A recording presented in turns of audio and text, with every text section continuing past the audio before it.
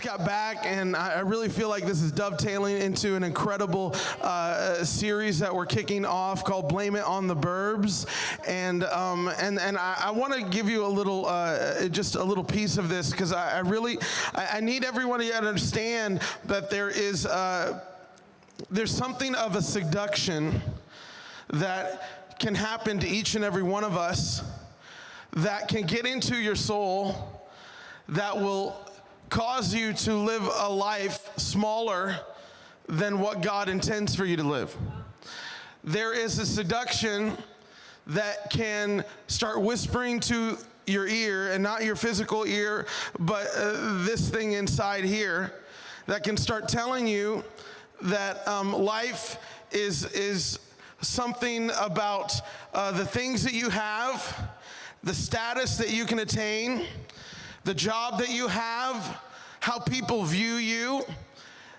And so because of that seduction, it can start wearing on you. We called this series "Blame It on the Burbs" because we all realize that we live in a place that can sometimes seduce you into thinking that your life is about a well-manicured lawn, a really great 401k, an awesome job, and if your family looks good on Instagram and Facebook, you have won the world.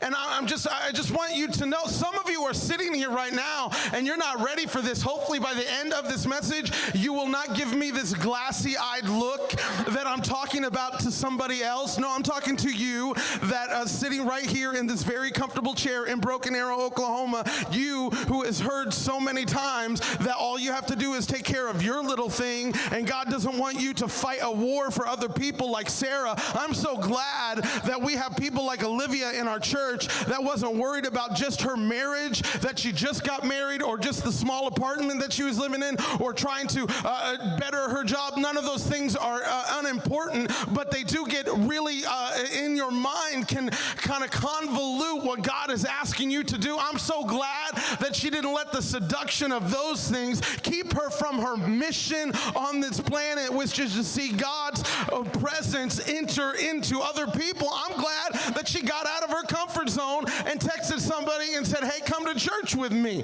Hey, come be a part of this." And some of us have never seen what it really looks like to reach out to somebody else's life, and you've never seen what can happen in somebody's life when you unleash your calling in their life. And because of that, you sit pat and you're like, "Well, I've just never seen that before, so I guess I'll just play small." And God says, "No, I got a high calling for your life." 1 Peter chapter 2 says this. I want to read this. This is for all of us, but you are not like that. Come on. You're not like that. Yeah. Come on, church. You're not like that. You are not like that. So, some of you're trying to be like that. You're trying to play small. You're trying to be about that, I'm just about that money. I'm just about that promotion. I'm just about that better house. I'm just about that. I'm just about those kind of people accepting me. I'm just about this or that. Hey, listen, but you are not like that. For you are a chosen people. Everybody say chosen. Come on, we're going to get there. Some of you aren't ready for this. That's okay. Strap in. We're going to get there. But you're a chosen people. You're chosen. For you are a chosen people. You are royal priests, a holy nation, God's very own possession. As a result, you can show others the goodness of God. See, you got to understand who you are so that you can show who God is. You have to understand who you are before you can show people who God is. You are a chosen people, a royal priest, a holy nation, God's very own possession. As a result, you can show others the goodness of God, for he called you out of the darkness and in. Are you glad that you're out of darkness this morning? Okay, we got 20 people that are excited about God saving your life. That means all of you other people are in darkness. You're in the right place then, because by the end of this service, we're all dunking every one of you. Some of you are like, no, I'm saved now. I'm saved. I think some of you have forgotten how dark it was before Jesus. Some of you have gotten too comfortable in your life, and you come in with your cup of coffee, and you're like, okay, sing about how great God is, and I'll just sip a little while you entertain me with worship. Oh, did that get too real? This is not entertainment. This is about desperation, because we are a chosen people, a royal priesthood, a people belonging to God who has called us out of darkness and into his wonderful light. We need this. Listen what Peter continues to say in verse 10. It says this: once you have no identity as a people, now you're God's people. Once you receive no mercy, now you have received God's mercy. Verse 11, dear friends, I warn you. He's telling everyone, I warn you as temporary residents and foreigners to keep away from worldly desires that wage war against your very souls. There are things that are trying to wage war against our souls. Verse 12, be careful to live properly among your unbelieving neighbors. Because then even if that's a hard one. Be careful to live properly among your unbelieving neighbors. Some of us don't live very properly among the neighbors. Then even if they accuse you of doing wrong, they will see your honorable behavior and they will give honor to God when he judges the world. Love the Message translation of this. Look at this. But you are the ones chosen by God, chosen for the high calling and priestly work. See, you didn't know that you were pastors, but we're all pastors. I just have the microphone right now. Well, we're all pastors. You're called. You got a high calling, chosen to be a holy people, God's instruments to do his work, speak out for him. You got to understand who you are. When you come to work, the pastor's coming to work. I was hearing Sammy talk about this at the men's retreat. If you don't know Sammy Chester, you need to get to know him. Guys, you need to just be around him and have fun with him. He's awesome. He says some inappropriate things, but that's okay. God forgives him. And so you need to hang out with him. He was awesome. He was telling all the guys at the retreat, he said, man, when I get on my work phone call, I have all these, phone calls because I work remotely, and when I get together and we get on the phone and start talking, they call me Rev. I loved that. I was like, that's good. I want you to understand, everyone, we got to understand the high calling that is on your life. You're not just to sit pat when you walk into the room. Know that the pastor's walking in the room. Thank you, Lord. Just walk in. You got to understand who you are. Chosen to be a holy people, God's instruments to do his work. Speak out for him. Speak out for him. Some of us are so wanting God to speak to us, but do you know he's asking you to speak for him? God, tell me some things. No. You tell some other people some things that I've said. You speak for me. Tell others of the night and day difference he made for you. From nothing to something, from rejected to accepted. Friends, this world's not your home, so don't make yourselves cozy in it. Don't indulge your ego at the expense of your soul. Live an exemplary life among the natives so that your actions will refute their prejudices. Then they'll be won over to God's side and be there to join in the celebration when he arrives. High callings can't live in a life with low ceilings.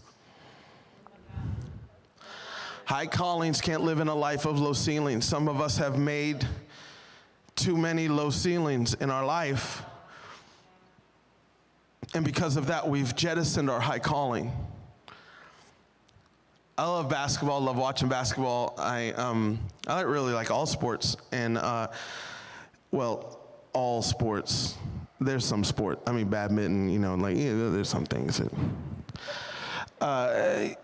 And our family, we'll go up and see a Thunder game every once in a while. And this was really important because one game they were playing the Bulls. I love the Bulls. I live close to Chicago, so all Chicago sports are like, yeah, that's my thing. And so the Thunder are playing the Bulls. We're definitely going to this game. So we go to we're staying in the hotel and the night before the game, and we walk out. Jess and I walk out, and I totally fangirl because there are a couple Chicago Bulls basketball players in the lobby. Now, I'm trying to play it cool, too. So I'm looking at Jess, I'm like, I was going to say basketball players. Those are the Chicago Bulls. Don't look now. Stop looking. The extremely tall guys in the corner. Those are the. Now, I'm trying to play it cool. My wife doesn't know playing cool. If you've never met her, playing cool is just another hurricane for her. So she immediately, when I was saying that, she's like, oh, do you want to get a picture? I'm like, and she just goes over there. Oh, hey, boys, would you mind taking a picture with my husband? He's right over there. He's the one in the corner that's scared that I'm talking right over behind the plants. That's my husband. And they're just looking. I'm thinking, this is so. I'm just like, this is terrible. They don't want to be They don't want to be bothered. And then they're like, sure, we'll take it. And then I was like, oh, that's me. I'm here. That's me. I'm the guy. So we get out there. So she takes some shots. I want you to see this picture. I know it's hard to see who's the basketball players and who's not, but you got to look real close.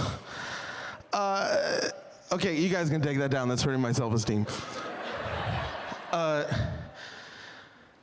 was thinking about those guys and thinking about how different their life is because of how they have to do things. They can't buy normal cars. They got to buy cars that fit them. Have you thought about that? I mean, they can't get in a Mazda M3. His head would be out the sunroof. They can't just get a normal home. The first thing that those guys look at in their home, how high the ceilings are. Because I don't want to do this. Yeah, Michaela knows. She's 8'20".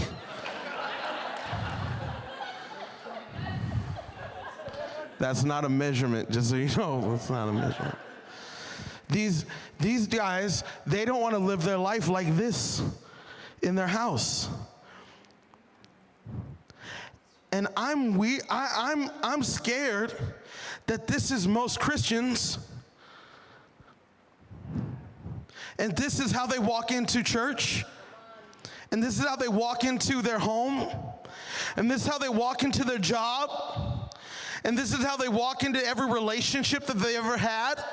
And this is how they walk into new things that they feel like they're so cramped. They don't understand that they got to remove some ceilings so that they can live the high calling that God has called them to.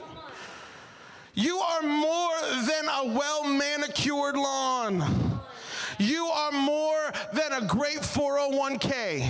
You are more than a great house. You are more than an awesome Instagram. You're better than a great Facebook picture. You are more than your promotion at your job and the title that they give you. You are bigger than all of those things. You are living too small. You're not living too large. You're living too small. I don't think you understand that the financial blessings that God has given you is for a purpose. They're not terrible. They're for a purpose. So they're a high calling in your life. They're not just for you to amass more things in a world that's not your home. We've got to start understanding that we have a high calling in our life. And if we as sons and daughters of God could understand who we are, then we can share to other people who God is.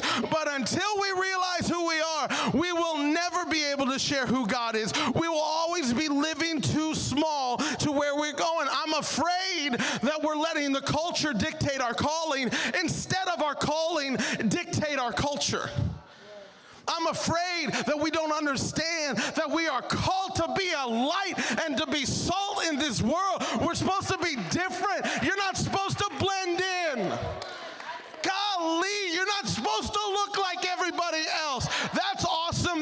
dress the same, but you shouldn't feel the same.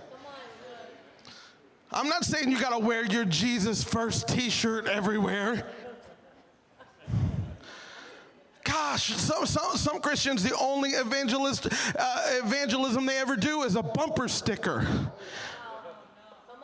Jesus is my co-pilot. What the heck does that mean? That's the dumbest thing I've ever heard. If you have that, we're sorry. We love you. Come to the church. Jesus isn't my co-pilot. He is my pilot. He's everything. Golly. Jeez, wow. Somebody's going, oh, crap. They're telling their husband, you better scrape that off right when you get out. Somebody's in the parking lot. You know what I'm talking about? Like we will buy a t-shirt, but Lord, we will sweat buckets if we got to invite somebody to church. That is not a high calling. That is not who God has called you to be. I'm asking our church to step up so we can step out. Get out of all of this suburban, play it small. All you need is just chill out, control everything, make sure everything is safe. This isn't safe. This life isn't safe. You've got to come out here with the call of God on your life and be a difference maker and a change agent in your world and in your job. And because there's too much junk going on in the world for us to just get mad at the news and think, oh, all they do is talk about bad stuff. Get in the middle of it and change it. Come on, church. We're the ones that got the power. We're not powerless. We're not the ones that can't change anything. We got the Spirit of God living on the inside of us. God's presence living on the inside of us that can change every job that we walk into, can change every family situation that we walk into, can change every coworker, every person that we have a contact with. You got to understand that God has a high calling on your life. Stop living small and live up to what God has called you to do. He has called you to reach people that need the presence of God in their life. Amen. Come on, church.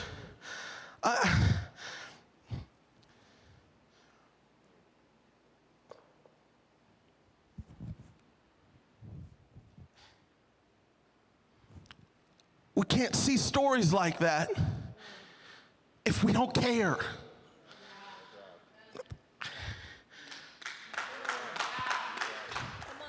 Do you care? Some of you care more about coffee than you do worship. You're sitting in here and like, come on.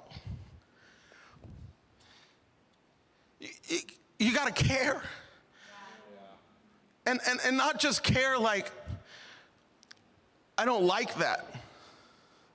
Care like I want to do something about it. And so I'm gonna get in the middle of it. And I'm not saying you got to be perfect and you got to know all the answers. I read this story. It's just killing me. I read this story.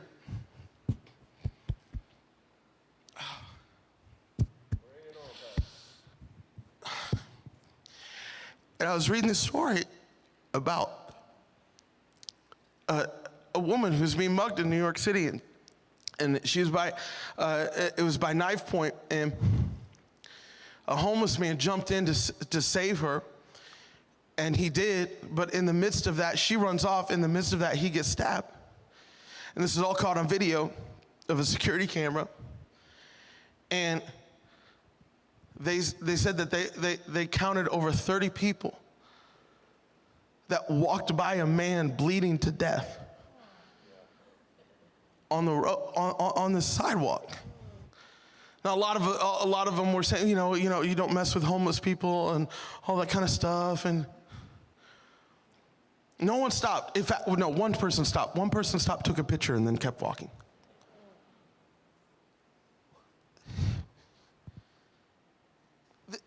We're letting our culture dictate our calling. We're letting our culture dictate if we care or not.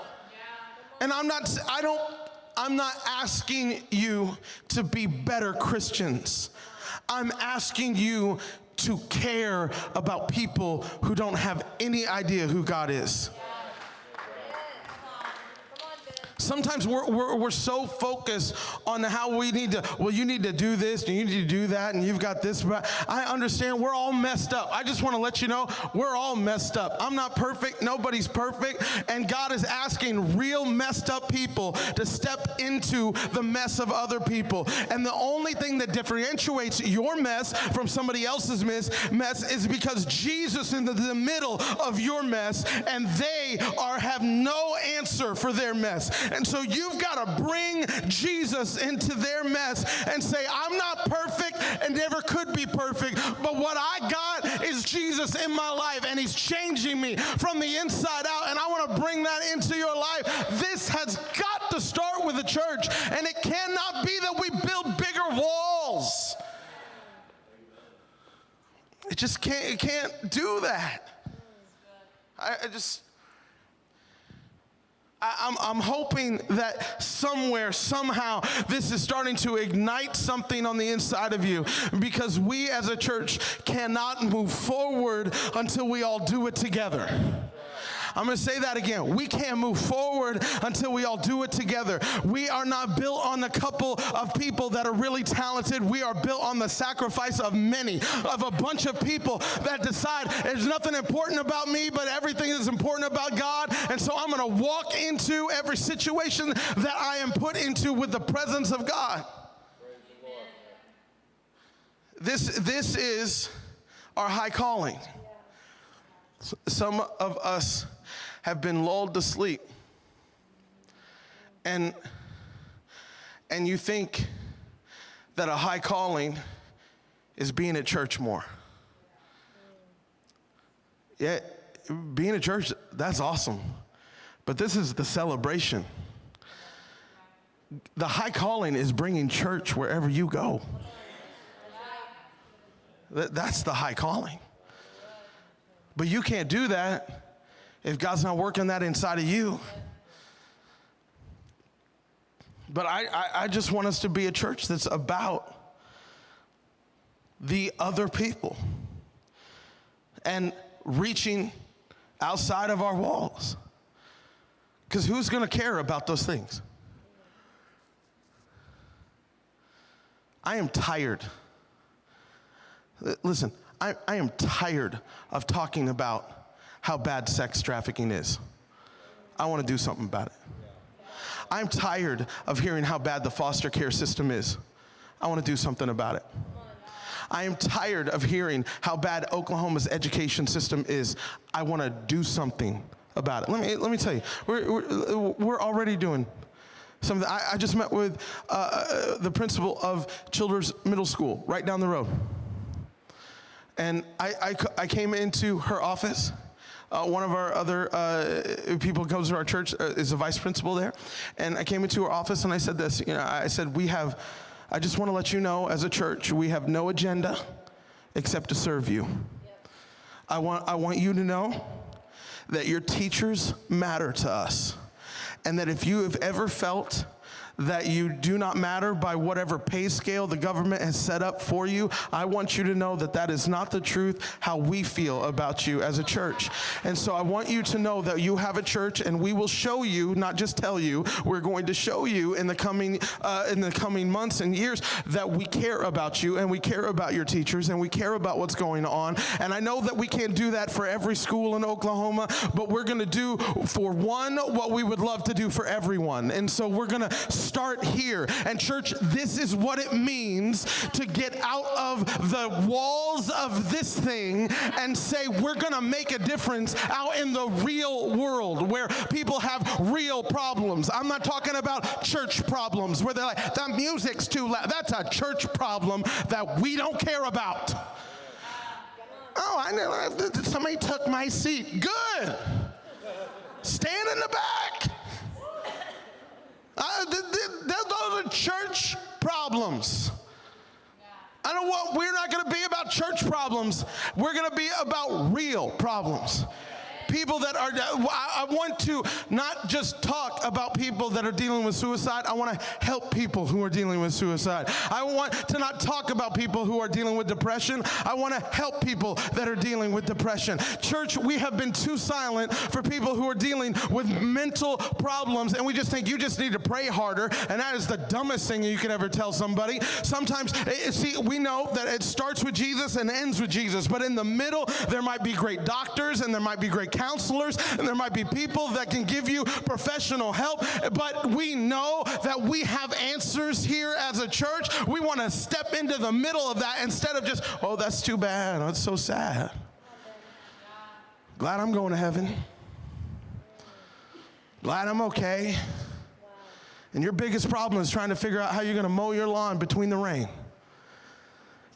Come on. We gotta live up to a high calling. And this doesn't mean you have to be pastor.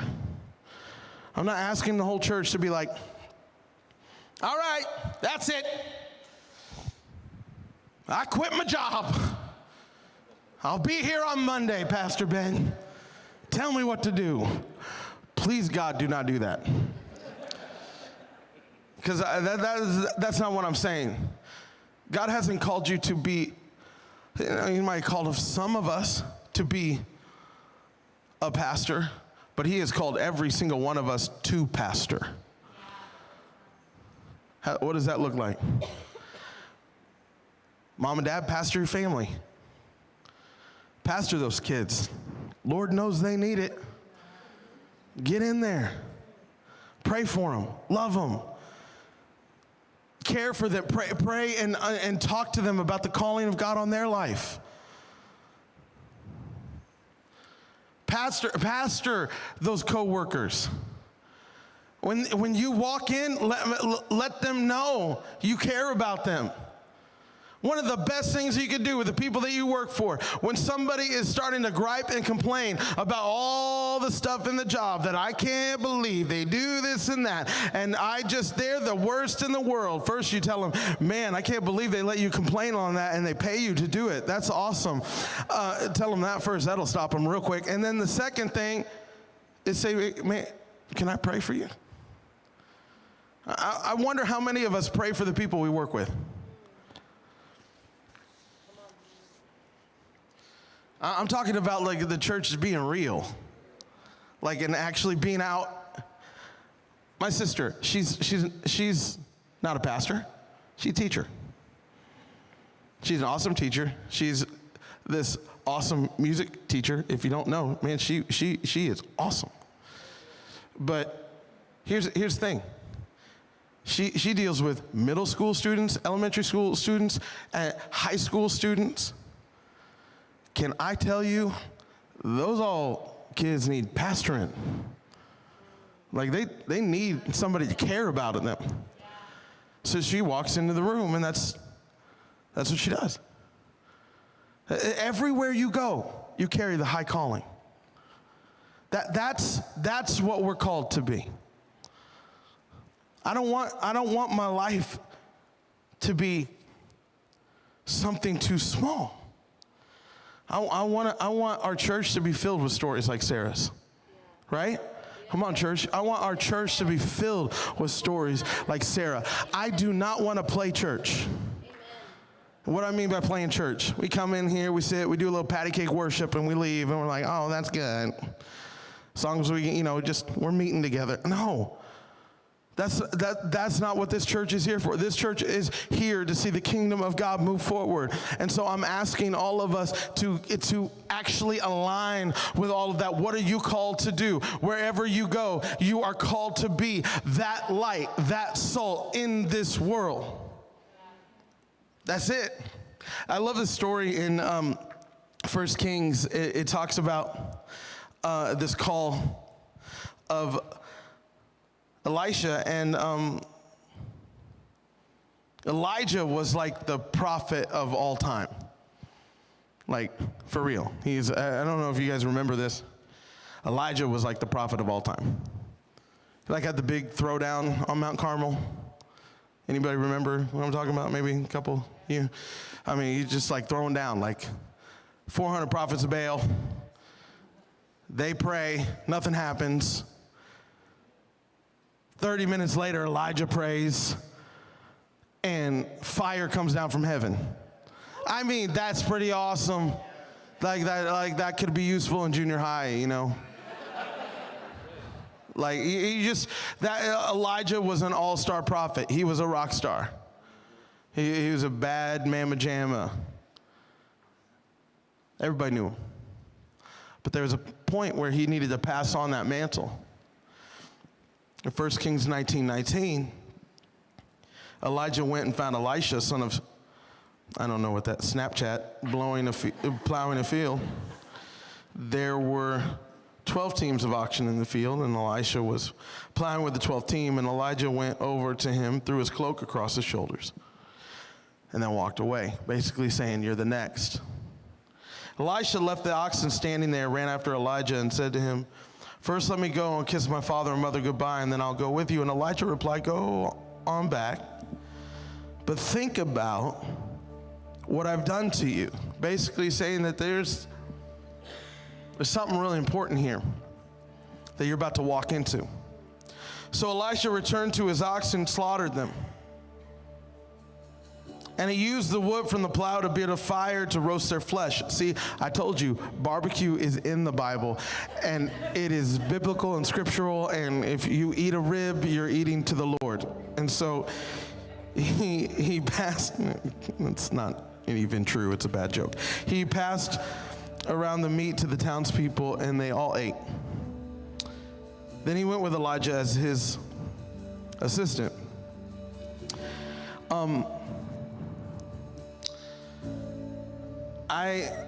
I love this scripture so much for a lot of different reasons, and I don't have time to talk through all of them. I just want to say that one of the things that is so important is what Elisha did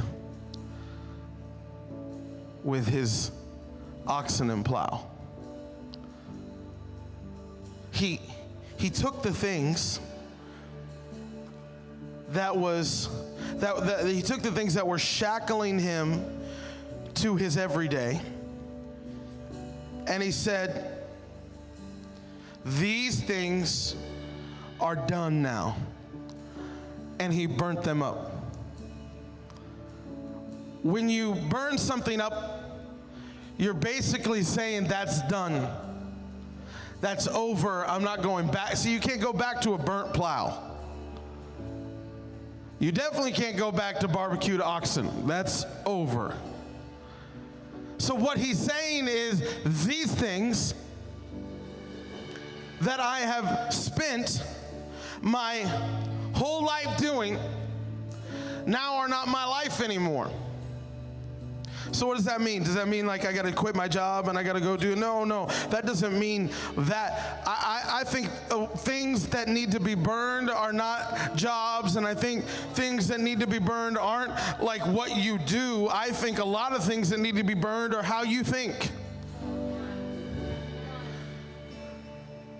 You're not just at your job. You have a high calling at your job.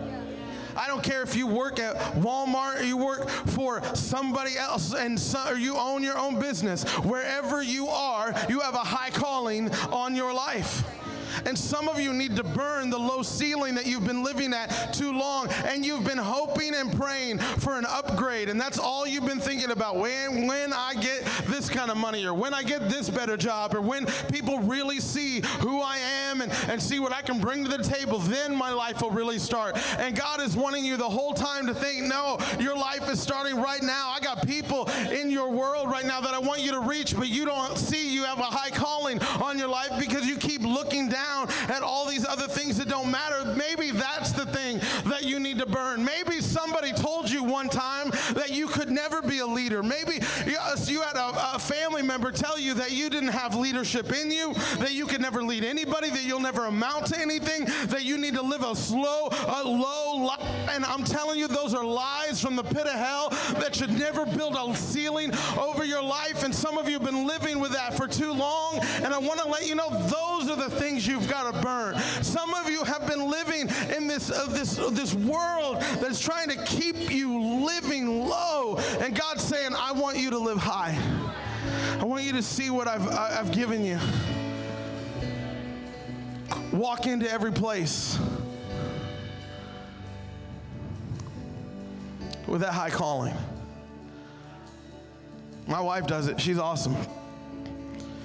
She is like the pastor of Target Broken Arrow.